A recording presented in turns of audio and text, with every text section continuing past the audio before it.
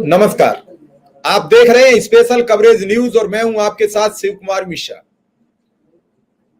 आज बिहार में जो घटना घटी है उसे देख के दिल दहल गया।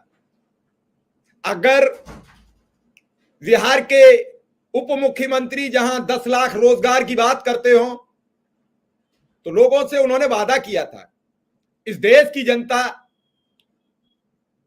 घोषणा पत्र के मुताबिक जब वोट देती है तो रोजगार की हकदार नहीं रहती है। ये मैं बड़ी ताकत से कह रहा हूं।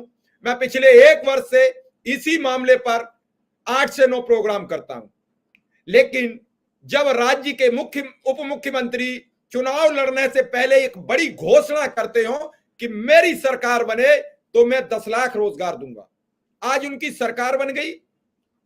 राज्य के मुख्यमंत्री नीतीश कुमार जी उनकी बात पर मोहर लगाते हैं और कहते हैं हम 20 लाख रोजगार देंगे। अब युवकों में उत्साह, लगातार बेरोजगार संगठन उप मुख्यमंत्री से मिल रहे थे, ऐसा मैं नहीं कह रहा हूं, उन्होंने आज प्रेस वार्ता में बताया। अब ऊंट आया पहाड़ के नीचे तो लोग आ गए सड़क पर। अब सड़क पर आ गए तो एडीएम साहब ने वो डंडा उठाया और दे तेरे मात तेरे की कर दिया कल्याण। अच्छा, रोजगार वाले तो रोजगार मांगने गए थे, लेकिन उस पत्रकार का क्या दोष था? फिर अभी देश के प्रधानमंत्री जब अमृत महोत्सव मना रहे हो और तिरंगा की शान के लिए कसीदे पूरे देश गढ़ रहा हो और उस समय तिरंगा का अपमान हो रहा है, एडीएम साहब नैतिकता सब भूल गए। हैरान हूं वो वीडियो देखकर।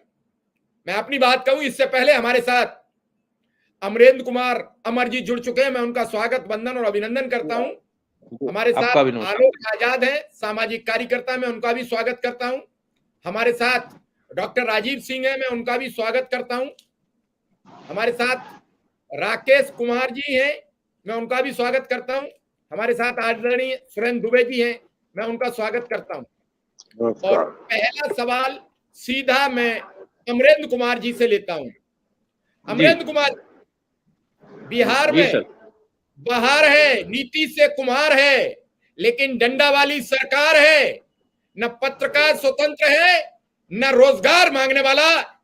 जबकि उप मुख्यमंत्री कहते हो कि 10 लाख रोजगार दूंगा और उसी पर मोहर लगाते हो नीतीश कुमार जी और कहते हो कि 20 लाख रोजगार देंगे। भाजपा का रुख क्या है इस वीडियो पर? आज से 20 साल पहले जिस जंगल राज के खात्मे के लिए हम लोगों ने नीतीश कुमार के साथ जाना पसंद किया था, आज नीतीश कुमार उसी जंगल राज के शक्ल वाले के साथ फिर से नई सरकार बनाए। और स्वाभाविक है, जंगल राज में जो चीज दिखता है, पत्रकारों पर डंडा, छात्रों पर डंडा, और जिस विभत्स चेहरे को आज पटना की सड़कों पर लोगों ने देखा, इसी का तो डर था। और इसी के लिए तो हम नीतीश कुमार जो मटेरियल हैं वो वही लालू के साथ थे। नीतीश कुमार कोई आकाश से आए नहीं थे, क्योंकि उनको जंगल राज को बिहार से खात्मे के लिए हमें ये काम करना पड़ा। और आज तो हम केवल यही कहना चाहते हैं कि आज जो तस्वीर दिखी है कि स्याह दिल के चेहरों को जाफरानी लिख गया, वह लुटेरों के शहर को राजधानी लिख गया। आज लुटेरों के शहर को राजधानी लिखने का काम सत्ता की महत्वाकांक्षा में हो रहा है। और सत्ता के 2 महत्वाकांक्षी चेहरे जो कभी जंगल राज के प्रतिनिधि थे और जो कभी जंगल राज हटाने में हमारे साथ थे, वो दोनों एक साथ हैं। इसीलिए जो चेहरा दिखाई पड़ा है वो चेहरा विभत्स चेहरा है। उसने एक तरफ बेरोजगारों के साथ बेरहमी की है और साथ ही साथ राष्ट्रीय प्रतीक चिन्ह, राष्ट्रीय तिरंगा जब हाथ में हो तब उस पर डंडे का प्रहार हो रहा था। अमरेंद्र जी, आप भारत सरकार के अपर महाधिवक्ता रह चुके हैं। नहीं, अभी हम हैं स्टैंडिंग काउंसिल भारत सरकार के। मैं क्षमा चाहूंगा, मैं अपने शब्दों के लिए क्षमा चाहूंगा। आप अपर महाधिवक्ता हैं इस समय भारत सरकार के।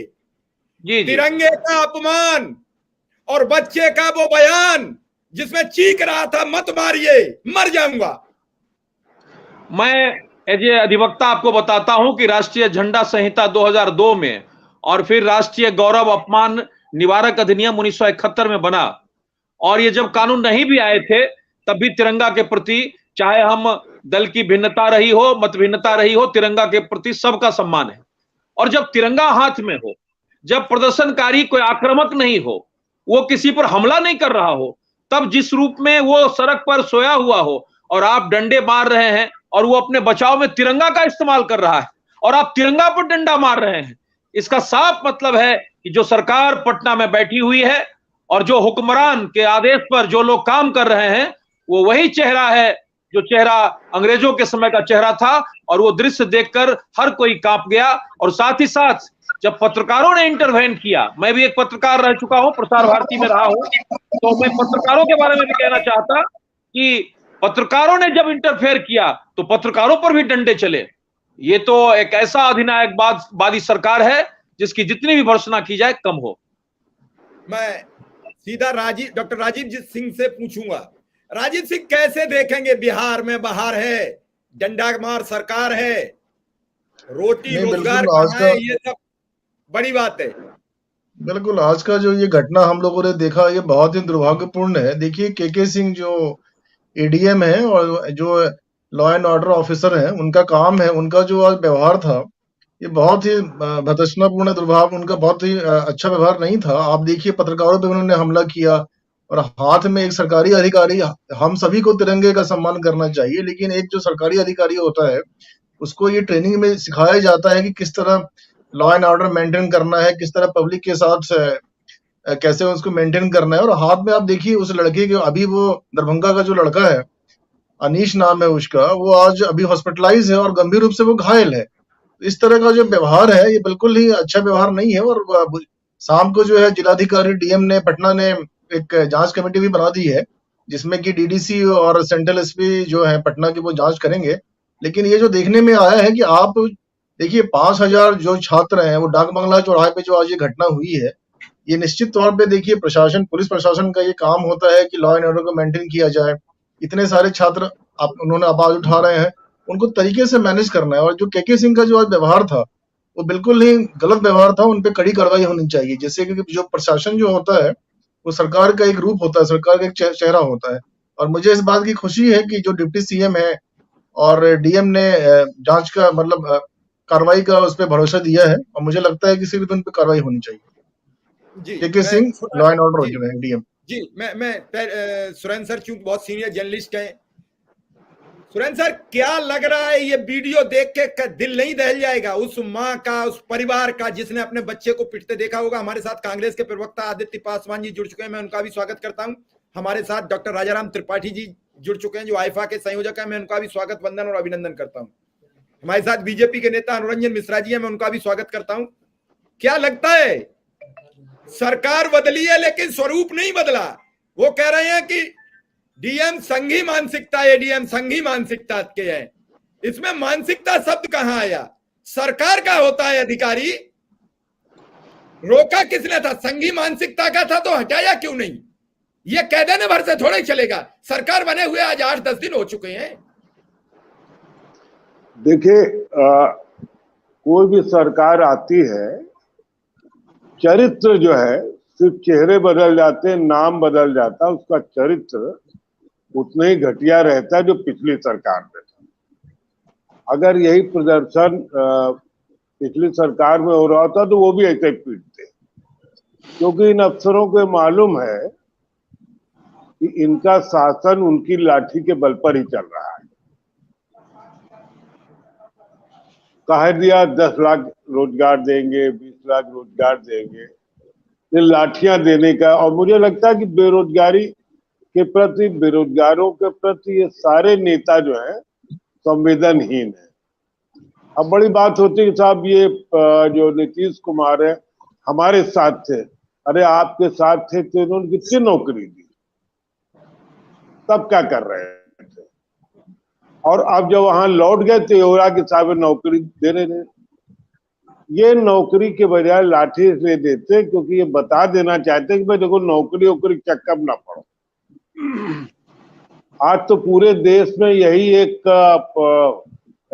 नैरेटिव बन गया है कि रोजी रोटी की बात मत करो, उद्योग की बात मत करो, नौकरी की बात मत करो, व्यवहार कुशलता की बात मत करो, प्यार मोहब्बत की बात मत करो। बस एक बात है कि लाठी चलाओ, ईडी बुलाओ, सीबीआई बुलाओ, इनकम टैक्स का छापा डलवा दो।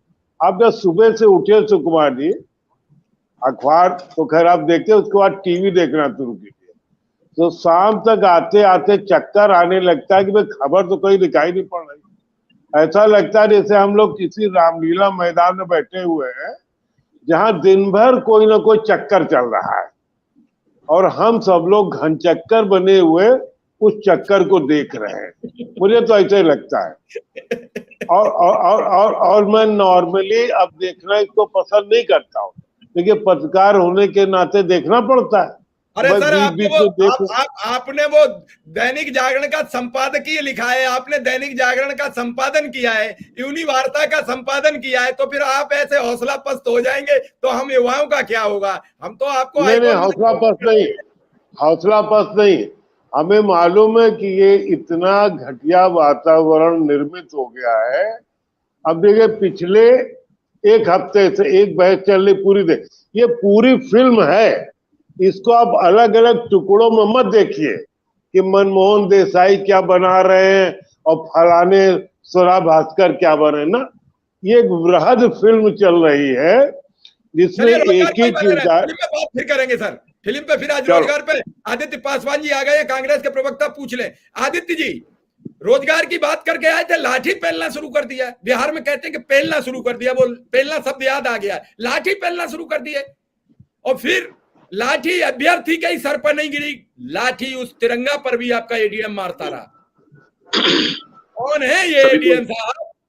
मैं तो उन्हें साहब इसलिए कहता हूं, ऐसे लोगों को सैल्यूट करना चाहिए। कम से कम तिरंगा का तो अपमान मत करते, थोड़ा बहुत तो शर्मिंदगी बचाए रखते। जब उसने तिरंगा सर पर लगा दिया था तो लाठी रोक लेते, तो रोक लेते।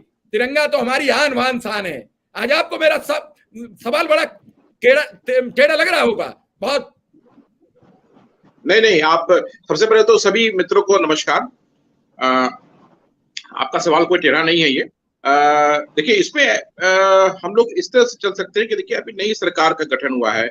आज जो हुआ वो एक दुखद घटना हुई है, लेकिन मेरा ये निवेदन सभी लोगों से है जो नौकरी के लिए आवेदन दे रहे हैं या देने वाले हैं, जो शिक्षक है या जिस भी सेक्टर के लोग हैं, कि नई सरकार की गठन हुई है, अभी थोड़ा समय दें सरकार को, ताकि वो देखिए, क्योंकि ना समय के साथ चीजों को शेप अप करने में थोड़ा समय लगता है।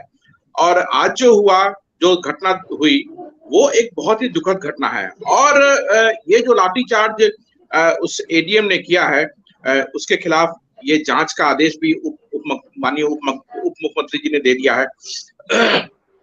और हम we are very pretty sure कि आने वाले समय में इस जांच के बाद जो रिजल्ट आएगा वो सबको दिखेगा कि ये बर्बरतापूर्ण जो उन्होंने पिटाई की है एक शिक्षक अभ्यर्थी की, वो उसके लिए उनको सजा मिलनी चाहिए।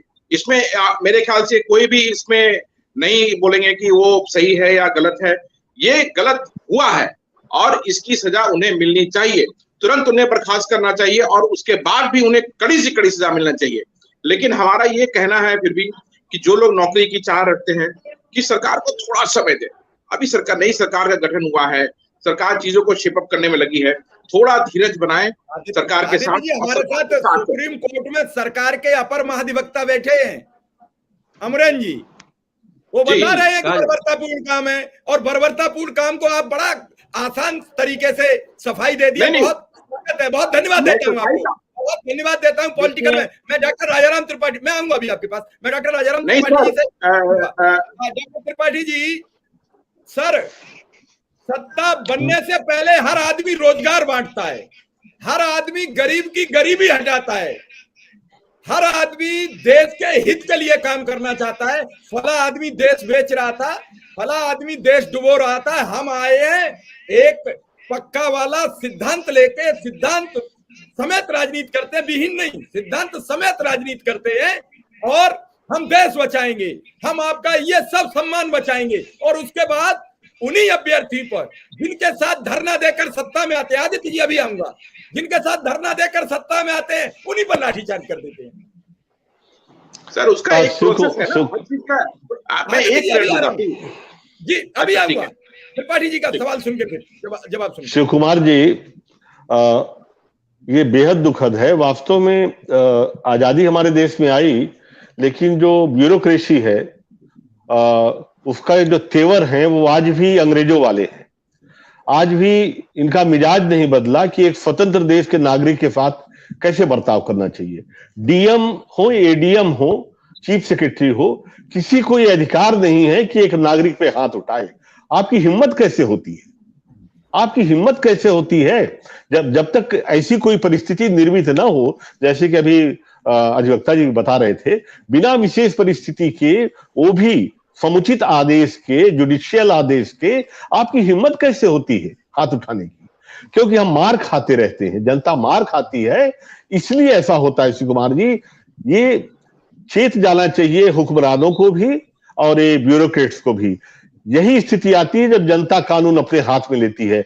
आजाद देश में ये स्थिति मत लाएं, खून खौल जाता है जिस तरह से इन्होंने मारा है। और मैं तो तेजस्वी यादव जी को भी कहूंगा, अगर हमारी बात उन तक पहुंच रही हो तो उनको समझना चाहिए, आंदोलन तो होंगे, तत्काल होंगे, और मीडिया भी उनके साथ है, बीजेपी के साथ है, और मुद्दा भी बनेगा। अग्निवीर के समय भी हुआ था, आपने देखा था क्या स्थिति थी, और आज देखिए आप स्थिति। आप राजनीति कर रहे हैं, बनेगा, लेकिन काहे की जांच? कौन सा जांच कर रहे हैं? सैकड़ों कैमरे के सामने आपका एडीएम मार मार के लहूलुहान कर देता है, कौन सी जांच करवा रहे हैं आप? तत्काल एफआईआर दर्ज क्यों नहीं करते? क्यों नहीं दर्ज करते आप? किसका इंतजार कर रहे हैं आप? What the dam? काहे की इंक्वायरी बिठा रहे तेजस्वी यादव? कौन सी इंक्वायरी और करनी है? पहले तो पहला काम उनको करना चाहिए था सबसे पहले कि उसे बर्खास्त करे, और बर्खास्त ठीक है, जांच करिए, जांच का मौका करिए, लेकिन एफआईआर तो दर्ज कर सकते हैं। खून निकल रहा है, पूरे देश ने देखा है, क्यों नहीं कर रहे हैं? बिल्कुल तत्काल एफआईआर दर्ज होनी चाहिए। बिल्कुल सर, बिल्कुल। राकेश कुमार जी, आप तो इन बेरोजगारों के लिए आंदोलन करते हो। राकेश कुमार सर, हमारा इस मामले में स्पष्ट कहना है कि जो भी एडीएम समेत जो भी दोषी पुलिसकर्मी हैं, उन पर एफआईआर दर्ज करते हुए अविलंब उन्हें बर्खास्त किया जाना चाहिए। और यह कोई पहली दफे घटना नहीं है, नई घटना नहीं है। छात्रों के आंदोलन का सवाल हो, चाहे आम जन के आंदोलन का सवाल, आंदोलन का दमन बिहार की सत्ता और देश की सत्ता करती आई है। हमें यह कहने में कोई संकोच नहीं कि सरकार या सत्ता के चेहरे बदलने से व्यवस्था बदला है, ऐसी कोई बात नहीं है। सही कहा हमारे एक सहयोगी ने कि आजादी के 75 वर्ष बीत जाने के बाद हम लोग भले अमृत महोत्सव का नाम दे लें, पर अभी भी स्थिति है कि आम जन जो है, आम लोग जो हैं, वह चाहे रोजगार की बात हो, चाहे उचित शिक्षा मांगने की बात हो, जब जब लोगों ने आवाज उठाई है, तब तब सत्ता ने उनका दमन किया है। हम साथ ही सरकार ने एक कमेटी बनाई है, लेकिन हम इस कमेटी को पूरी तरीके से छात्रों के साथ इंसाफ दिलाने वाला कमेटी नहीं मानते हैं। चूंकि पहले एफआईआर दर्ज हो उन दोषियों पर जिनका वीडियो आउट हो चुका है, लोग सोशल मीडिया पर उनका वीडियो देख पा रहे हैं किस तरीके से एडीएम और भी पुलिसकर्मी छात्रों को पीट रहे हैं।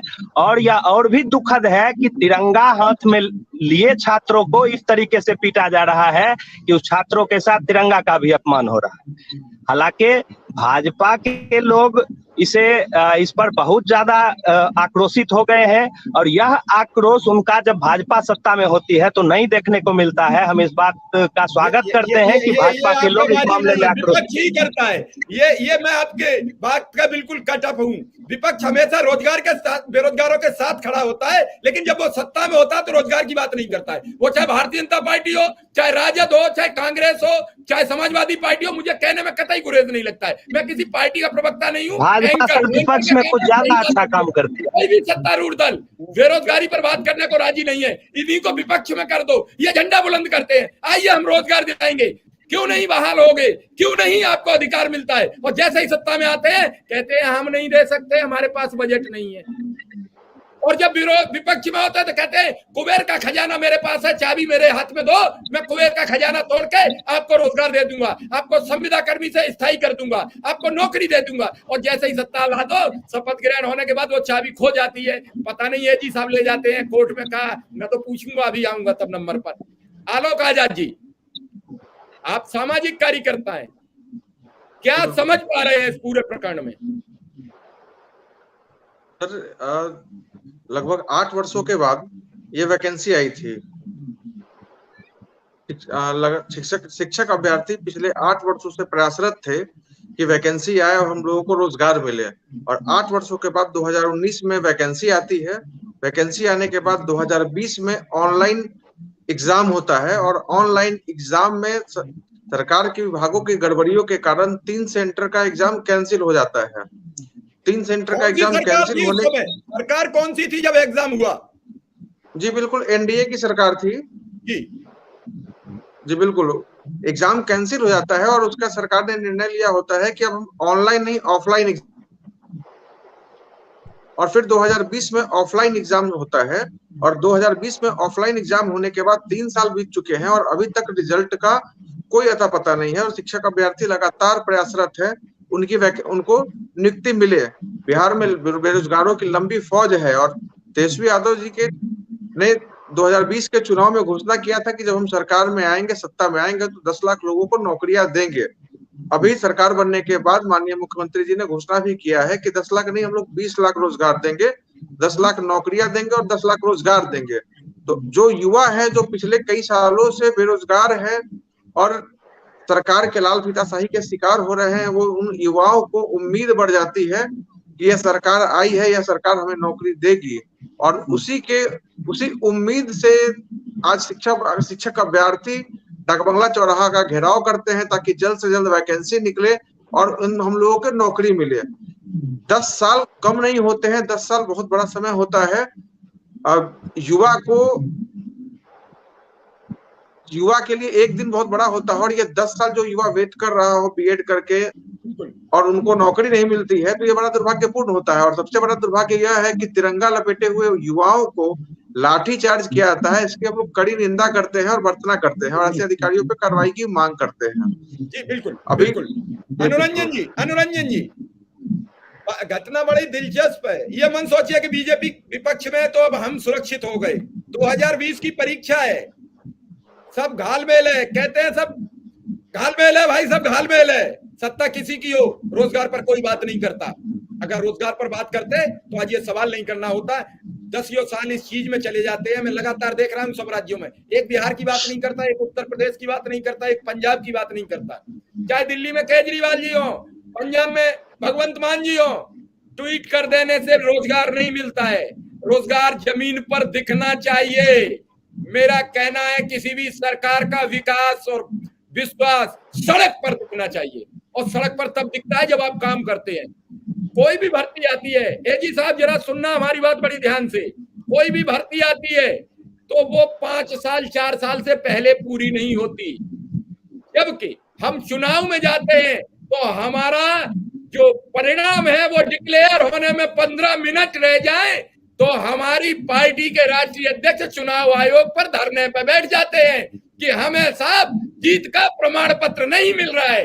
लेकिन वही अभ्यर्थी जब आपके यहाँ रोजगार के लिए आता है तो उसे कब ज्वाइनिंग मिलेगी, कोई भरोसा नहीं है। मैं आऊंगा, आपसे कुछ सवाल छोड़ रहा हूँ क्योंकि आप एक बड़े समझदारी से जो बात रखते हैं, इसलिए मैं चाहता हूँ आपसे इन सब बातों के सवाल ये किसी पार्टी पॉलिटिक्स पर नहीं, एक आम जनमानस पर। अनुरंजन जी, आपकी सरकार के ये पद निकले हैं और आज आप कह रहे हो सरकार ने लठिया दिए, क्या कहेंगे? बेरोजगारों के साथ खड़े हैं तो आपकी सरकार में रोजगार क्यों नहीं मिला? देखिए, जो हुआ है घटना, यह इस सरकार के लिए नई बात नहीं है, क्योंकि अभी जो सरकार चल रहा है वो चाचा भतीजे की सरकार है। रोजगार तो आपने निकाला था महोदय, उस पर बता दीजिए कुछ। हम बता रहे हैं चाचा भतीजे की सरकार है। जिस सरकार के सरकारी मीटिंग में जीजा बैठते हों और माननीय लालू प्रसाद यादव जी लाठी में तेल पिलाए थे, वह लाठी बहुत दिनों से खड़ी थी। आज उनके पुत्र बिहार के उप मुख्यमंत्री हैं, तो वही लाठी में जो तेल पिलाया गया था उस लाठी से आज जो है अभ्यर्थियों को पिटाया जा रहा है। रोजगार तो देने नहीं, रोजगार तो देने नहीं, अब लोगों को पिटवा रहे हैं। अब इन्हें की क्या जानकारी? एडीएम साहब आपकी सरकार ने नियुक्त अरे किए थे हमारी एमपीओ सरकार सुनिए ना, में। हमारी कोई सुनिए ना, जब एनडीए की सरकार थी, बता रहे हैं एनडीए की सरकार थी, उस समय परीक्षा हुई है, इसके रिजल्ट आने हैं, लेकिन आज हमारी सरकार नहीं है। आज जो दो सरकार बार परीक्षा हुई है कर रही है सर, चाचा 2020 भतीजे में की, 2 बार परीक्षा आपने हुई है। देखा और कि एक सरकारी परीक्षा मीटिंग जो में है जिया तो जी बैठते घोटालों हैं। के ढेर सुनिए चली गई। सुनिए जाए, सरकारी मीटिंग में जिया जी बैठते हैं, और जो लालू प्रसाद यादव जी जिस लाठी में तेल पिलाए थे, वह लाठी बहुत दिनों से खड़ी थी, और उनके बेटा ने वो लाठी के तेल से अजवर्तियों को पिटवाने का काम किए हैं। ये रोजगार कहाँ से देंगे? यही नीतीश कुमार कहते थे पैसा कहाँ से लाओगे? जेल से, चारा घोटाला से, आसमान से। आज यही नीतीश कुमार मुख्यमंत्री जी कह रहे हैं रोजगार देंगे। आपको जानकारी होना चाहिए, बिहार को जलाने का प्रयास किया जा रहा है। अब जंगल राज फिर शुरू हो गया है, हत्याएं अपराध शुरू हो गई है, पत्रकार को भी पीटा जाता है। सुनिए सुनिए सुनिए सुनिए, नहीं दूध के धोने की बात नहीं है। भारतीय जनता पार्टी के नेता जो करते हैं वो करते हैं, विलंब हो सकती है, लेकिन हमने जो कहा है वो किया है। इसलिए जो घटना घटी है यह नई घटना नहीं है, जंगल राज शुरू हो गया है। तेजस्वी यादव लोगों को जितवाएंगे। चुनाव लड़े थे, नीतीश कुमार ने भी रोजगार की बात की थी, आपके साथ मिलकर लड़े थे।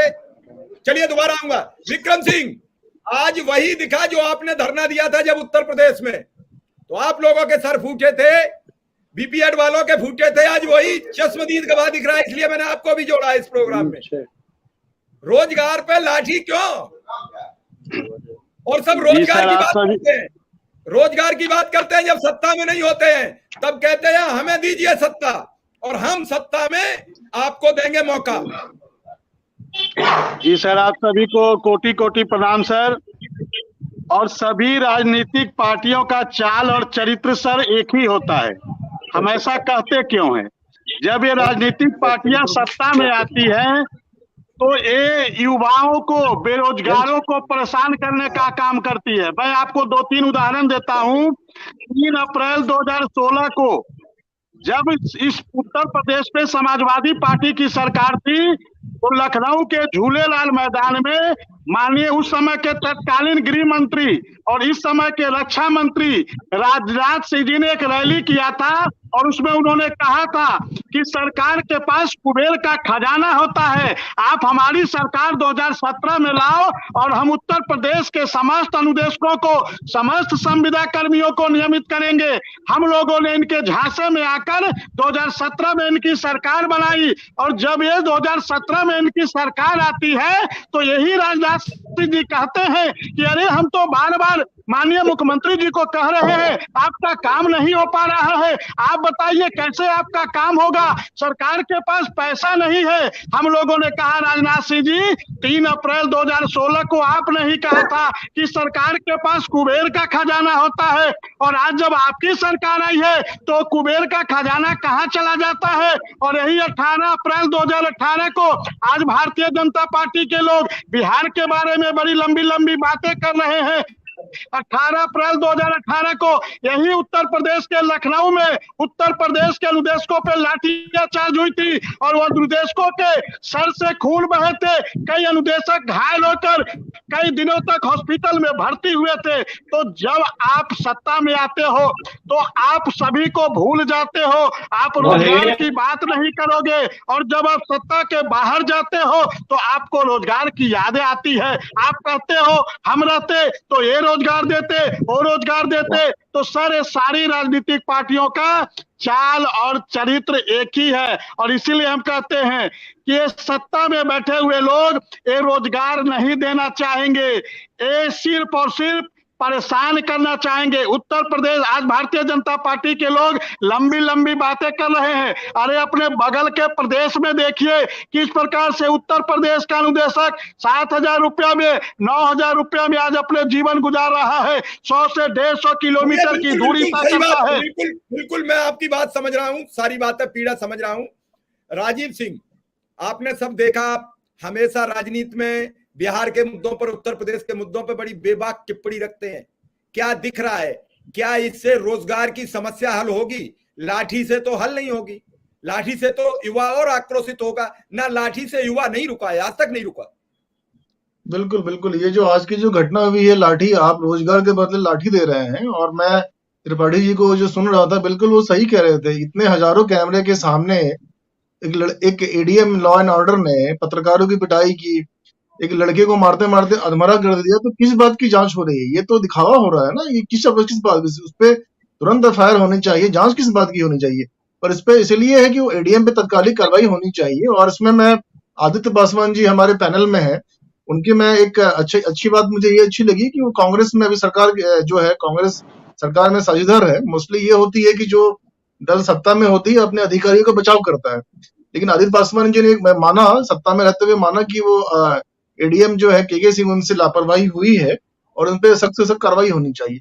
इस तरह की जो घटना है आगे ना हो, इसलिए इस बात की, क्योंकि देखिए रोजगार जो है ये मुख्य मुद्दा बना है। इस बात की बहुत खुशी है कि बिहार की राजनीति में जो रोजगार है मुख्य मुद्दा बना है और रोजगार पे बातें हो रही है। ये तो युवाओं के लिए और सब लोगों के लिए बहुत ही अच्छी बात है।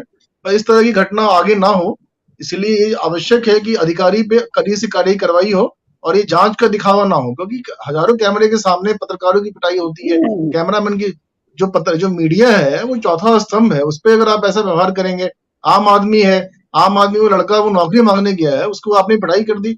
अरे प्रशासनिक अधिकारी है, प्रशासनिक अधिकारी को ये सिखाया जाता है कि आप लॉ एंड ऑर्डर कैसे मेंटेन करें, ये ट्रेनिंग के दौरान, पूरे अनुभव के दौरान सिखाया जाता है।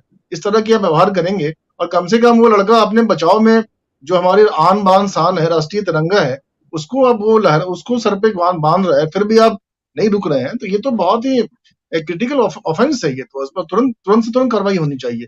इसमें नो इफेक्ट होना चाहिए, तुरंत एफआईआर होनी चाहिए, जांच का दिखावा नहीं करना चाहिए। और आगे से ऐसी कार्रवाई ना हो तो बहुत अच्छा रहेगा विद्यार्थियों के लिए भी और राज्य सरकार के लिए। आप बिल्कुल ठीक कह रहे हैं, लेकिन सवाल तो खड़ा ये हो जाता है आदित्य पासवान जी, आपकी बात बिल्कुल सबको अच्छी लगी, लेकिन मैं आपसे अनुरोध करता हूं, हमारे सभी पैनलिस्ट अनुरोध करते हैं कि ऐसे एडीएम को तुरंत सस्पेंड कर देना चाहिए। बर्खास्त करना सरकार का बाद का काम है, उन्हें तुरंत बर्खास्त करना चाहिए। और मेरी ये अपील आप जिम्मेदारी पूर्वक मुख्यमंत्री तक पहुंचाएं, उप मुख्यमंत्री तक पहुंचाएं। चूंकि आप सत्तारूढ़ पार्टी में सम्मिलित हैं, सत्ता में सम्मिलित हैं, तो आप ये हमारी बात पहुंचाएं जरूर। एडीएम को सस्पेंड किया जाए, उसके बाद जांच की जाए, ताकि जांच निष्पक्ष हो। और जांच की आवश्यकता इसलिए नहीं दिख रही है, आदरणीय त्रिपाठी जी कह रहे थे कि वो साफ दिख रहा है कैमरे में, तो जांच की कहीं जरूरत नहीं है। मैं आपकी बात का स्वागत करता हूं।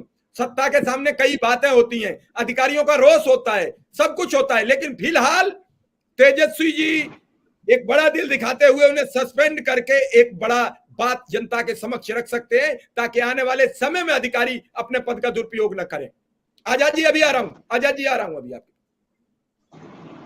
मैं इस पे 1 मिनट समय लूंगा। सबसे पहले तो राजीव जी की बातों से मैं पूरी तरह सहमत हूं और अरुण रंजन जी की बातों से मैं बहुत असहमत हूं, क्योंकि उन्होंने इस डिबेट को दूसरी तरफ ले जाने का प्रयास किया है। क्योंकि आज एक अभ्यर्थियों पे जो लाठीचार्ज हुई है वो एक बहुत बर्बरतापूर्ण हादसा हुआ है, जिसकी हम सभी लोग निंदा कर रहे हैं। तो यहाँ पे सिर्फ निंदा करने से काम नहीं चलेगा, सरकार को इस पे एक्शन लेना पड़ेगा। और पिछले कुछ वर्षों से जब हम सरकार में नहीं थे, तभी मैं मुखर होकर के आम लोगों के मुद्दों को बहुत जोर शोर से और कस के उठा रहा था। आज हम सरकार में है तो हमारा कर्तव्य है कि हम आम लोगों की को न्याय मिले, ये इसके तरफ देखना हमारा परम धर्म है। और जो भी सरकार रहती है उसका ये कर्तव्य होता है कि आम लोगों को परेशानी उस सरकार की नीतियों के कारण ना हो, पहली चीज। दूसरा कि मेरा आप सभी से निवेदन है कि ये डिबेट हम लोग कर रहे हैं, लेकिन कम से कम 24 घंटे का समय तो दें। आप देखिए फिर उसके बाद क्या एक्शन होता है, चाहे वो एडीएम है या कोई भी हो, उस पर निश्चित रूप से कार्रवाई होगी और पूरा बिहार देखेगा, पूरा देश देखेगा। तो मेरा आप सभी लोगों से निवेदन है और पूरे बिहार के अभ्यर्थियों से निवेदन है जो आंदोलन में आए थे और जो आज जो ये जो हादसा हुआ है उसके लिए थोड़ा समय दीजिए सरकार को। आप निश्चिंत रहें कि कार्रवाई जरूर होगी। बिल्कुल अच्छी बात की आदित्य जी, और एक सत्तारूढ़ दल का ये कहना बिल्कुल वाजिब लगता है। और मैं सीधा आलोक आजाद जी कुछ कह रहे थे, फिर अमरेंद्र सर की हम बात सुनेंगे। समय की थोड़ी कमी है, इसलिए मैं आप सभी लोगों से क्षमा चाहूंगा कि आज थोड़ा समय की कमी है। आदित्य जी 10 मिनट रुकिए, फिर चले जाना। 10 मिनट रुकिए, कुछ लोगों के सवाल है इसलिए। जी आलोक आजाद जी। जी बिल्कुल सर, आज उप मुख्यमंत्री महोदय ने एडीएम साहब की गलती को माना है और पहली बार हम लोग देख रहे हैं कि सरकार के उप मुख्यमंत्री अपने अधिकारियों के बचाव की जगह अधिकारी पे कार्रवाई की बात करते हैं। और उन्होंने कहा कि मैंने टीवी देखा है और टीवी पे हमने देखा है कि हमारे अधिकारियों ने गलती की है, उन्होंने जांच का आदेश दे दिया है। अभी थोड़ी देर पहले मैं देख रहा था, पटना डीएम ने जांच कमेटी गठित कर दी है और 24 घंटा में कार्रवाई करने का उसमें अल्टीमेटम भी उन्होंने दिया है। तो बड़ी अच्छी चीज है कि सरकार के स्तर से इस तरह का बड़ा निर्णय होता है। आमतौर पर हम लोग देखते हैं कि जब सरकार के कोई अधिकारी किसी तरह की कोई घटना कर देते हैं तो सरकार उनके बचाव में लग जाती है। ये पहली बार देखने को मिला है कि घटना होते के साथ उप मुख्यमंत्री महोदय ने एडीएम साहब की कार्रवाई की कड़ी निंदा की है और कार्रवाई का आदेश उन्होंने दिया है। तो ये स्वागत योग्य है उप मुख्यमंत्री का ये आदेश जो है। अमरेन जी आलोक आजाद कह रहे हैं कि पहली बार देखने को मिल रहा है कि घटना पर बिहार में कार्रवाई हो रही है।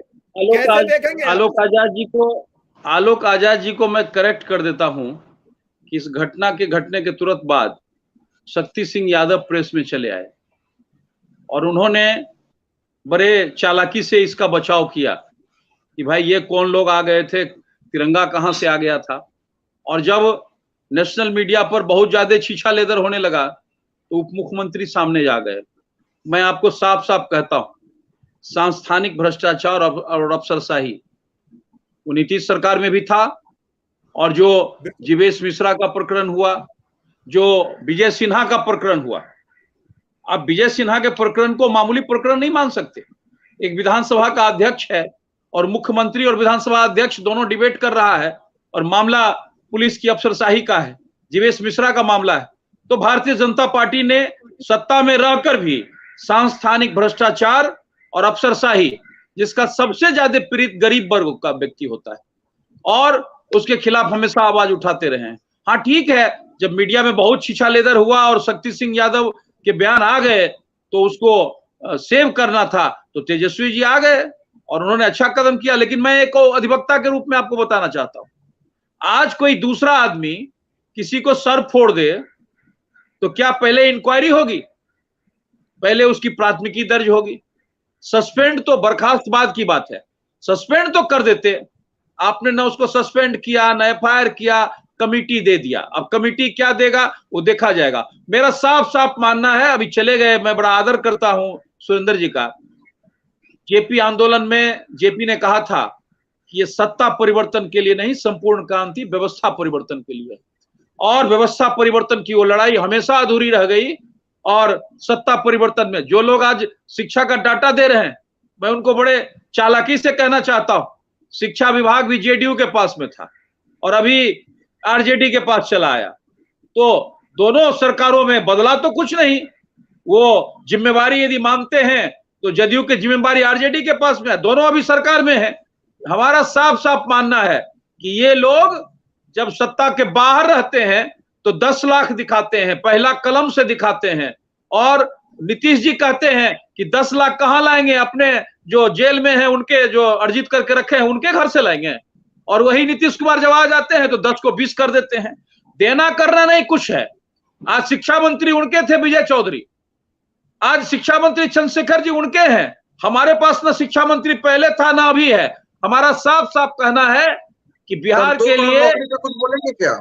2 करोड़ नौकरी पर आ रहे हैं, 2 करोड़ नौकरी, 2 करोड़ नौकरी पर आ रहे हैं। आपका पहले सुन लीजिए ना, 2 करोड़ नौकरी पर आ रहे हैं। हमारा साफ साफ कहना है। दूसरे, मैं तो किसी के बीच में बोलता नहीं हूं। आप जो बोलते हैं तो मैं तो नहीं बोलता, और मेरी आदत भी नहीं है। इसीलिए मैं जब बोल रहा हूं तो सुनिए, 2 करोड़ और 5 करोड़ सब आपको हम बताएंगे।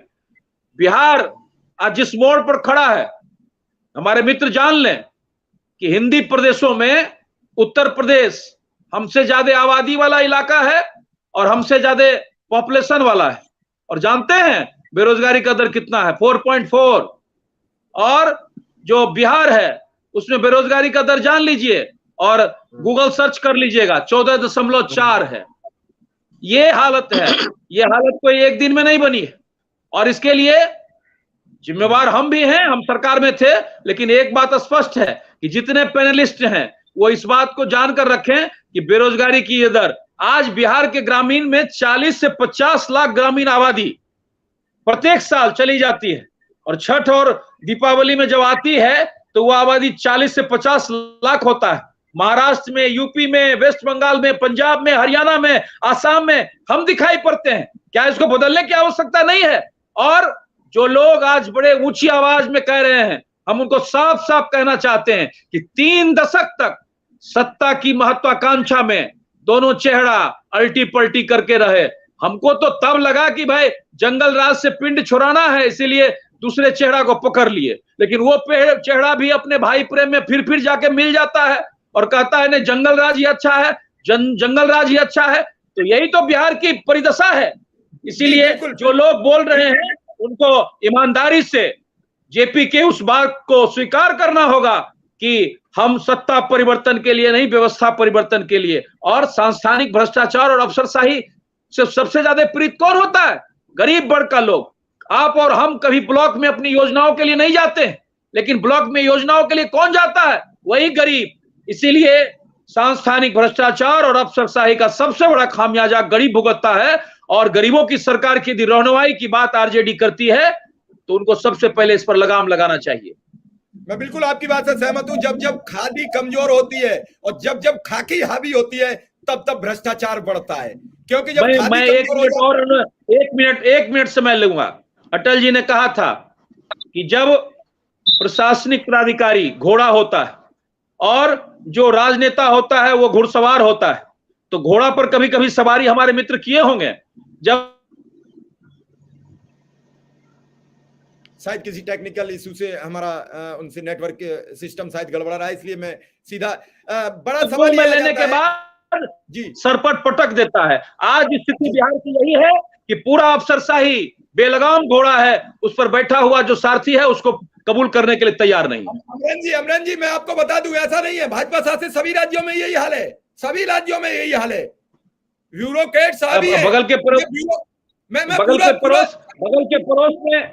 के पड़ोस में उत्तर प्रदेश में देख लीजिए, अफसरशाही यदि है तो क्राइम के खिलाफ, अफसरशाही है तो भ्रष्टाचार के खिलाफ, वहां पर अपराधियों के खिलाफ है, अफसरशाही आम जनता के खिलाफ नहीं है। और यदि कोई गाली देता है नोएडा में तो उसको पकड़ के भी लाया जाता है। कोई महिला यदि वकील है और वो यदि गाली देती है गार्ड को तो उसको भी पकड़ के तुरंत अंदर किया जाता है। यही यूपी है, यही अफसरशाही है। बिल्कुल मैं समझ रहा हूं, बिल्कुल आप सच कह रहे हैं, सही कह रहे हैं, लेकिन बिहार से पलायन कब रुकेगा? अभी आपने शब्द किया था कि छठ पर, त्योहार पर गाड़ी की गाड़ियां चली आती हैं, 10 20 गाड़ियां बिहार स्पेशल चलाई जाती हैं इन त्योहारों पर। पूरा बिहार, कितने प्रतिशत मजदूर, उत्तर प्रदेश, पंजाब, हरियाणा के बच्चे 50% बंद हो जाएंगे, बिहार से मजदूर आना बंद हो जाए। कई फैक्ट्रियां, हजारों फैक्ट्रियां रुकेगा। ये पलायन कब रुकेगा? ये पलायन तभी रुकेगा जब बिहार में रोजगार।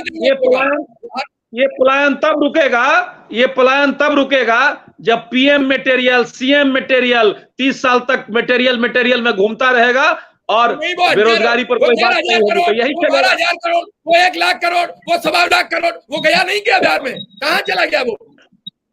जो 1 लाख और 1.25 करोड़ का है उसका भी डाटा है, वो 1.25 करोड़ केवल बिहार के लिए नहीं है।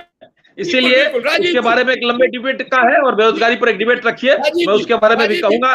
लेकिन मैं समझ रहा हूँ राजीव जी मैं अपनी बात कहना चाहूंगा, क्योंकि मैं भी प्रशासनिक अधिकारियों को देश भर में व्याख्यान देता हूँ।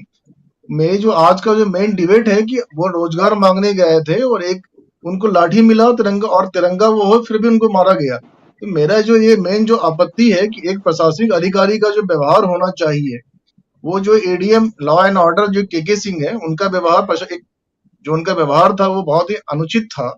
और इस तरह का व्यवहार जो है, इस तरह के जो भी सरकार जो अफसर होते हैं वो सरकार के वो छवि होते हैं। इस तरह का व्यवहार जो है उससे सरकार की छवि भी खराब होती है, ना सिर्फ राज्य में, पूरे देश भर में। आज इस घटना को पूरे नेशनल मीडिया ने दिखाया, तो उससे जो प्रशासनिक अधिकारी की छवि है, साथ में बिहार राज्य की जो छवि है, वो भी खराब होती है। तो मेरी जो मेन आपत्ति और मेरा जो दुख है, क्योंकि मैं खुद ही व्याख्यान देता हूँ प्रशासनिक अधिकारियों को अलग अलग एकेडमी में, तो केके सिंह का जो व्यवहार था वो बिल्कुल उचित नहीं था। इस तरह का जो व्यवहार, क्योंकि ये ट्रेनिंग उनको, जब भी कोई प्रशासनिक अधिकारी जब सेलेक्ट होता है तो उनको पूरी बाकायदा ट्रेनिंग दी जाती है कि जनता से कैसे डील करना है। वो इतने वरिष्ठ हैं, उसके बावजूद भी उनका ऐसा व्यवहार जो है, इस तरह इसलिए सरकार को कड़ी से कड़ी कार्रवाई करनी चाहिए ताकि समाज में एक अच्छा मैसेज जाए और आगे से कोई भी प्रशासनिक अधिकारी इस तरह की हरकत करने की ना सोचे। जी आदित्य पासवान जी कुछ कह रहे थे, फिर मैं राकेश के पास जाऊंगा। राकेश जी बात सुनो। ये आज का डिबेट जो है ये हम लोग जो एक बहुत दुखदपूर्ण घटना हुई है उसके बारे में कर रहे हैं, लेकिन हमारे भाजपा के मित्र लोग जो हैं जैसे अनुरंजन जी हैं, अमरेंद्र भाई साहब हैं, चूंकि अमरेंद्र भाई साहब हमसे सीनियर हैं, मुझे उनसे सीखने की हमेशा मिलेगा कुछ, लेकिन बड़ा दुखद है ये कि इस डिबेट को राजनीतिक डिबेट बनाया जा रहा है। और अगर ये बात कर रहे हैं तो पिछले 15-17 सालों से जदयू के साथ भाजपा लगातार सत्ता में रही है, तो आज जो बदहाली है क्या वो अकेले जनता दल यूनाइटेड की है? ऐसा तो नहीं है। भारतीय जनता पार्टी साथ में रही है, उनके साथ सरकार बनाई है और इस पे हम लोग ये बात स्वीकार की कि हम भी जी मैं वही बोल रहा हूँ कि इस पे हम लोग बहुत फिर सवाल नहीं बनता है जब आदमी मैं वही बोल रहा हूँ कि इस इशू पर हम लोग एक अलग डिबेट कर सकते हैं, बिहार कैसे आगे बढ़ेगा। जी जी सॉरी कम अगेन प्लीज, क्या बोल रहा आपने? हमने कहा कि आपको सत्ता से बहुत दूर रखा गया है, कभी कभी आप आ जाते हैं।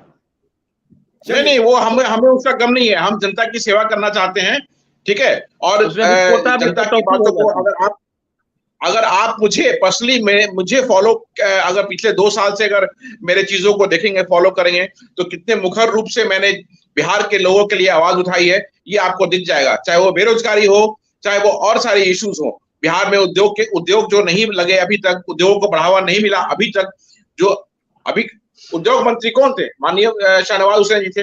आप देखिए क्या हुआ। अगर मैं इसको राजनीतिक रंग देना शुरू कर दूं इस डिबेट को, बताइए उन पर मंत्री थे जो सबसे मैं इसको राजनीतिक रंग देने का बिल्कुल कोशिश नहीं कर रहा। नहीं आदित्य जी करेक्ट कर लीजिए, पिछले डिबेट में मैं था, आज सुप्रीम कोर्ट ने कहा कि एफआईआर दर्ज नहीं होना है, नहीं हो गई। और शाहनवाज इकलौते मंत्री थे जी इकलौते मंत्री थे जो सबसे ज्यादा चमकदार दिखते थे। कर दिया है क्योंकि उसमें आदित्य जी एक बड़ा टेक्निकल इशू है ना, उस दिन उस एरिया में शाहनवाज जी है और ना उस दिन मैंने उस दिन भी कहा, मैंने उस दिन कहा सुप्रीम कोर्ट ने कंसीडर किया जी, मैंने उस दिन भी कहा कि इसकी जांच होनी चाहिए, अगर आरोप लगा है इसकी जांच होनी चाहिए, अगर वो दोषी को सजा मिले। रोजगार पर आ जाइए, छोड़ दीजिए आज चर्चा करेंगे। तो इसलिए मैं आप सभी लोगों से ये निवेदन करूंगा कि इसको डिफ्लेक्ट नहीं करें। आज एक बर्बरतापूर्ण और एक दुखद घटना हुई है जिसके लिए सरकार अभ्यर्थियों के साथ खड़ी है और सरकार ने ये बोला है कि हम जल्द से जल्द इस पे एक्शन लेंगे। तो सरकार को कम से कम 24 घंटे का समय दीजिए, उसके बाद अगर एक्शन नहीं होती है तो विपक्ष को पूरा अधिकार है, आम लोगों को पूरा अधिकार है कि इस पर सवाल खड़ा करें। लेकिन मेरा ये निवेदन है कि कम से कम 24 घंटे का समय जरूर सरकार को दे और आगे देखिए क्या होता है। जी राकेश कुमार, और थोड़ा समय की कमी है, मैं आप सभी लोगों से क्षमा चाहूंगा और शुभकामनाओं और धन्यवाद के साथ प्रणाम। जी राकेश कुमार, अभी आदित्य पासवान जी ने कहा, क्या आदित्य पासवान जी की बातों से सहमत हैं?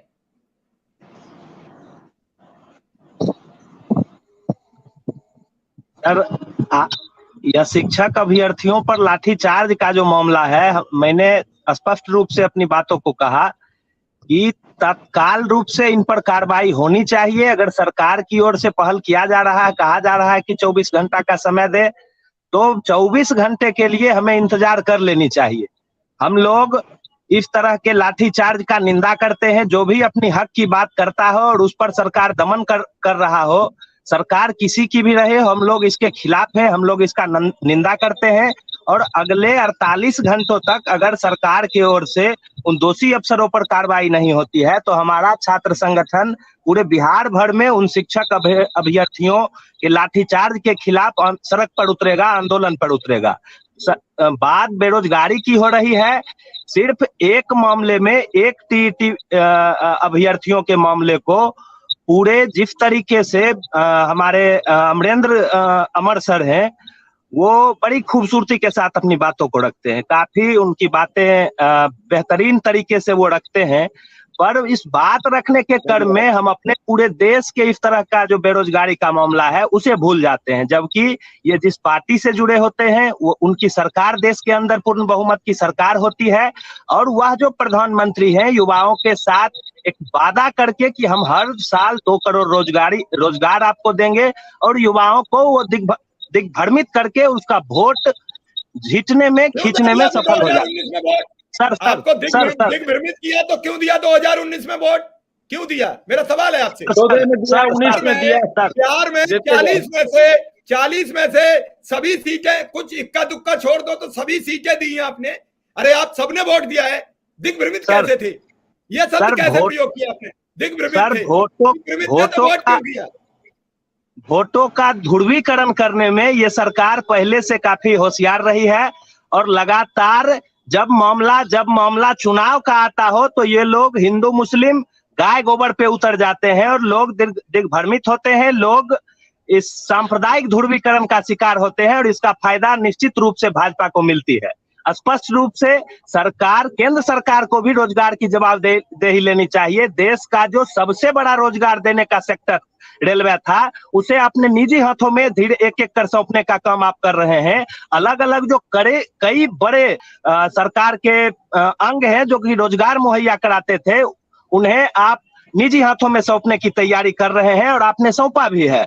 आप जब बेरोजगारी की बात होगी, बढ़ते बेरोजगारों की चिंता जब हम करेंगे, तो उसके एक सबसे बड़े दोषी आप भाजपा के लोग भी होंगे। हम ये अमरेंद्र सर के लिए कहना चाहते हैं। अरे अमरेंद्र जी से मैं जवाब ले लेता हूँ। सबसे पहले तो मैं अपने अनुज को बड़े आदर के साथ ये करेक्ट कर देता हूँ कि आप फंसाकर दिग्भ्रमित करके कुछ करके एक बार जीत सकते हैं। आप 14 में भी जीत जाते हैं, फिर 19 में इतने बड़े बहुमत से जीत जाते हैं कि 14 वाला ब्रेक फेल कर जाता है, और उसके बाद आगे उत्तर प्रदेश में भी वही हो रहा है, अन्य जगहों पर भी वही हो रहा है। तो इसका मतलब है कि कोई एक राष्ट्रीय नीति है, कोई एक विकास का मॉडल है, कोई एक विकास का नेतृत्व के प्रति एक लोगों का विश्वास है, और उसके बिना ये संभव नहीं है। दूसरी बात मैं कहना चाहता हूं, ये बात सही है, ये लिबरलाइजेशन का जो दौर चला, ये कोई भारतीय जनता पार्टी लेके नहीं आई। वो नरसिंहा राव के समय में वो शुरू चला, उसके बाद अनेक चीजों का। अब रेलवे में क्या हुआ कि एक्सेस हुआ, बाहर से मैंने क्या कहते हैं, कर्मचारियों को न रख के बाहर से लिया जाए और ये किया जाए, तो ये दौर चला है। और इस दौर में भारत अकेला नहीं है, जो चेंजिंग सिनेरियो है वर्ल्ड का, उससे भारत और बिहार अलग नहीं हो सकता है। इसीलिए हमारा अपने मित्र को साफ साफ कहना है कि नेतृत्व के प्रति विकास है। हाँ, ये बात मैं मानता हूं कि कोरोना का जो पीरियड रहा वो पूरे विश्व के लिए रहा गड़बड़, और वो देश में भी उसका असर पड़ा, लेकिन उससे हम लोग उभरे हैं और बड़े अच्छे ढंग से उभरे हैं। और आने वाले दिनों में रोजगार सृजन का भी काम होगा, और अन्य क्षेत्रों में भी, प्राइवेट सेक्टर्स में, अन्य जगहों पर भी रोजगार के अवसर बढ़ेंगे। हम भरोसा दिलाते हैं कि जो जिन बातों की तरफ आप इशारा कर रहे हैं, 2 वर्षों में, आने वाले दिनों में नरेंद्र मोदी के नेतृत्व में रोजगार का सृजन और बेरोजगारों को रोजगार देने का काम चलेगा। जहां तक बिहार का सवाल है, हम संक्षेप में कहना चाहते हैं कि बिहार में जो लोग रोजगार को प्राइम मुद्दा लेकर आए थे, पहले कलम से पहली कैबिनेट में पहला कलम चलेगा, 10 लाख रोजगार मिलेगा। अब इतना बड़ा वादा करके आप सरकार में चले आए हैं, तो 10 लाख तो छोड़िए, कम से कम जो लोग टीटी करके बैठा हुआ है 6 साल 7 साल से, उसका कर लीजिए। हम तो इतना ही कहना चाहते हैं। इसीलिए हमारा साफ साफ कहना है कि भाई इन चीजों को करिए। और ठीक है, अभी आपको समय कम मिला है, इन मित्रों को समय कम मिला है, लेकिन कुछ तो दिखना चाहिए। और जो पलायन है, जो बेरोजगारी है, वो बिहार के लिए है, और चिंता का विषय सब पार्टियों के लिए है। उसमें मैं पार्टी के बारे में अलग से कुछ नहीं कहना चाहता हूं। और एक बात स्पष्ट है कि जो लोग राजनीति में हैं बिहार के लिए, उनके लिए क्या शर्मिंदगी का विषय नहीं है कि 40 से 50 लाख लोगों का पलायन हो रहा है। अन्य राज्यों का पलायन कहां हो रहा है? और जब महाराष्ट्र में लोग कहते हैं ये बिहारी लोग, जब हरियाणा में कहते हैं ये बिहारी लोग, ये दिल्ली में कहते हैं जूठे बर्तन मांजने वाले बिहारी लोग, क्या मुझे शर्म नहीं लगता है? इसीलिए बिहार में जो भी पार्टियां सत्ता में है या सत्ता से बाहर है, सबकी जिम्मेवारी है कि आप पलायन को रोकिए, आप कृषि को बढ़ावा दीजिए। आज शाहनवाज जी की चर्चा कर रहे थे। शाहनवाज जी तो एक ऐसा चमकता चेहरा था, हमारे यहाँ बेगूसराय में पेप्सी, वहां पर क्या कहते इथेनॉल का पूर्णिया सहरसा की तरफ खोला, लगातार बेचारा काम कर रहा था। सरकारें चली गई, सरकार चली गई, अब तो फिर जो नए लोग उद्योग मंत्री आए हैं वो करें, हम कहाँ कहते हैं, हमको शुभकामना देते हैं। और शाहनवाज जी पर बहुत उछल रहे थे, आज सुप्रीम कोर्ट का भी आ गया, जिसकी मैं चर्चा पिछले डिबेट में कर रहा था। क्योंकि मैं टेक्निकल आदमी हूं, जिन बातों को कहा गया सुप्रीम कोर्ट ने कंसीडर कर लिया, और सुप्रीम कोर्ट ने कहा कि भाई दोनों आदमी मिला नहीं तो एफआईआर क्या करेगा, और यही रिपोर्ट था पुलिस का। इसीलिए हमारा साफ साफ कहना है कि आप लोगों पर लांछना लगा सकते हैं, लेकिन जो उसकी खूबसूरती है, अच्छी चीज है, हमारे अभी सरकार में जो लोग हैं, मैं कहता हूं उनमें भी बहुत अच्छे लोग हैं, उनके काबिलियत का लाभ लेना चाहिए। लेकिन बिहार को बनाने में लगिए, और केवल सत्ता के उलट पुलट में, चाचा में, भतीजा में, कभी वो आए, कभी प्रधानमंत्री बने, कि चीफ मिनिस्टर बने। अरे जेपी ने कहा था सत्ता परिवर्तन से कोई बिहार का भला नहीं होने वाला, बिहार का भला होगा यहाँ की व्यवस्था परिवर्तन से, यहाँ के मूल भी समस्याओं से जुड़ने से। और अफसरशाही और सांस्थानिक भ्रष्टाचार तो सबसे बड़ा है, और ये बात नीतीश कुमार के समय में पनपा, और भारतीय जनता पार्टी ने बार बार मुखालफत की और कहा कि नीतीश कुमार ब्यूरोक्रेट्स पर ज्यादा भरोसा करते हैं, अपने कार्यकर्ताओं पर भरोसा नहीं करते। आज आरसीपी कौन है? आरसीपी वही है जो ब्यूरोक्रेट हैं। ब्यूरोक्रेट से नेता बनाना अच्छा लगा, लेकिन कार्यकर्ता को आरसीपी बनाना अच्छा नहीं लगा। तो इनको तो चाहिए ब्यूरोक्रेट्स। रेलवे में मंत्री थे तभी ब्यूरोक्रेट्स, तो ब्यूरोक्रेट्स इनके समय में बड़ा बेलगाम हो जाता है, बड़ा वो चलता है, तो वो चलेगा। और उसी का रूप आज दिखाई पड़ा डाक बंगला चौड़ा पर। जी विक्रम सिंह कुछ कह रहे थे, फिर मैं अनुरंजन मिश्रा जी के पास जाऊंगा, समय हो रहा है धीरे जी विक्रम जी हंस रहे थे, कुछ करेक्ट करेंगे जी। सर आरके सिंह जी के बारे में क्या कहना है, और अरविंद शर्मा जी के बारे में क्या कहना है? ये लोग भी तो सर ब्यूरोक्रेट से ही आए हैं, तो उन्होंने सबके लिए कहा है। आपकी तो पूरी पार्टी सर, रेल मंत्री जी भी ब्यूरोक्रेट से आए हैं, हरदीप सिंह पुरी जी भी ब्यूरोक्रेट से आए हैं, तो आपकी तो सर पूरी पार्टी ब्यूरोक्रेट से चल रही है। आप जान लीजिए, सुन लीजिए पहले, क्या कहते हैं, अमेरिकन राष्ट्रपति जब चुना जाता है तो उसको लिबर्टी मिलता है क्या, कि जो सबसे टैलेंटेड लोग सब है उसी को मंत्री बना लेता है, अब बाद में जाके वो सदन का सदस्य होता है। तो यदि वैसे कुछ लोग हैं जिनको लाया गया, आरके सिंह को लाया गया तो जनता ने 2 बार मैंडेट देके भेजा है।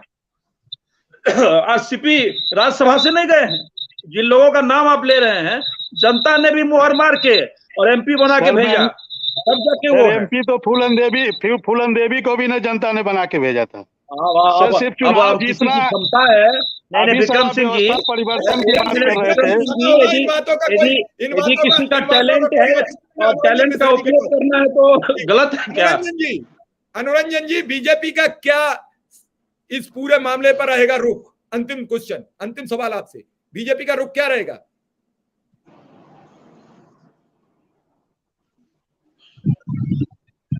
अनुरंजन जी बीजेपी का रुख क्या रहेगा? अमरेंद्र सर ने तो बिल्कुल साफ कह दिया कि बिहार को बदलने के लिए सभी दलों को बड़ा दिल दिखाना होगा, पलायन रोकने के लिए। देखिए भारतीय जनता पार्टी, सुनिए मैं एक बात बताता हूं, 2005 से पहले बिहार के अंदर जंगल राज था, कोई सुरक्षित नहीं था। जब अटल बिहारी वाजपेयी ने गांधी मैदान में कहा नया बिहार नीतीश कुमार, हम जिस जिले सीवान से आते हैं वहां तो भाजपा के झंडा टांगना या एक व्यक्ति के खिलाफ बोलना भी दुर्भर था, आप ही नहीं बोलते थे। तो कार्यकर्ताओं ने कसम खाई थी कि जज्बे शहादत को क्या पूछिए, जब हमने हाथों पे सर ले लिया, कत्ल होने से कब तक डरेंगे जब कातिल के मोहल्ले में घर ले लिया।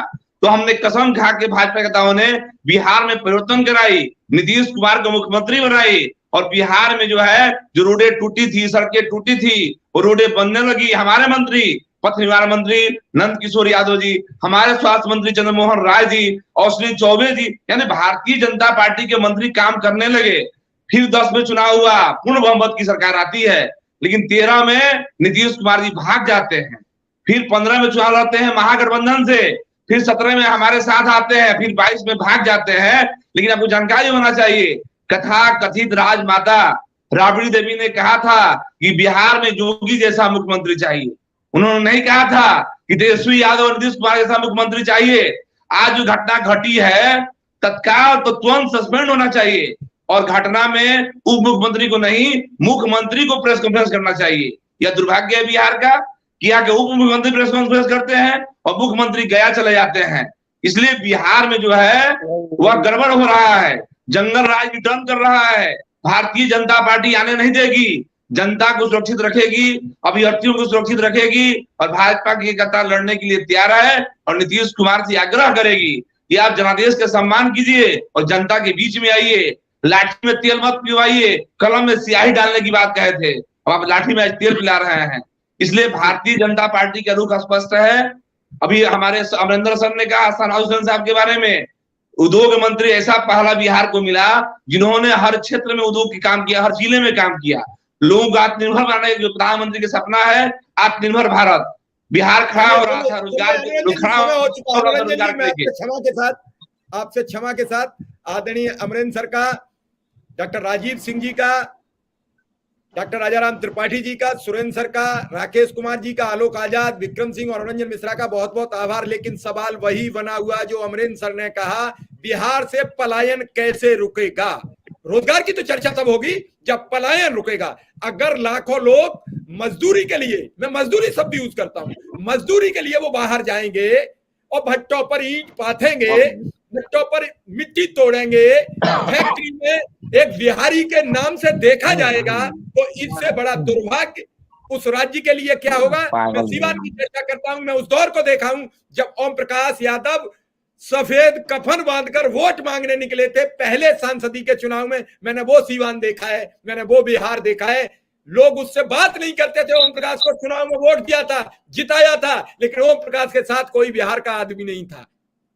और उन्होंने कफन लेके, खुद पति पत्नी ने सफेद कपड़े पहन के मार्किन के वोट मांगे थे कि चुनाव के बाद मेरा मरना तय है, तो मैंने अपना इंतजाम पहले कर दिया है। तब ओम प्रकाश यादव पहले निर्दलीय सांसद बिहार से चुने गए थे। ये मैं बनावटी बातें नहीं कर रहा हूं, ये मैं उस असली सिवान को बता रहा हूं जो सिवान देखा है। मैंने उन सेठ जी के 2 बच्चों को तेजाब में जली हुई खबरें पढ़ी हैं। मैंने अभी चंद दिन पहले एक पत्रकार की सरेआम गोली मारकर हत्या की घटना भी पढ़ी है। बिहार को बदलने के लिए सबसे पहले बिहार का पलायन रोकना होगा। जिस दिन पलायन रोकेगा, शिक्षा का स्तर बढ़ेगा और एक विकसित बिहार अपने आप तैयार हो जाएगा। जब तक पलायन नहीं रुकेगा, बिहार का विकास नहीं होगा, बिहार का विनाश ही होता रहेगा और बिहार इसी रास्ते पर चलता रहेगा। विकास तभी होगा जब पलायन रुकेगा, शिक्षा का स्तर बढ़ेगा, रोजगार अपने आप जनरेट होगा। रोजगार सरकारें तभी जनरेट कर पाएंगी जब शिक्षा का स्तर अप हो जाएगा। आज भी बिहार में शिक्षा का स्तर ठीक नहीं है। मैं उन पत्रकारों को, यूट्यूबर को भी देखता हूं जिनकी भाषा शैली खुद में शुद्ध नहीं होती है, तो वो आगे क्या करेंगे। मैं इसी के साथ आप सबसे विदा लेता हूं। आप सबका बहुत बहुत आभार। आप सबको नमस्कार।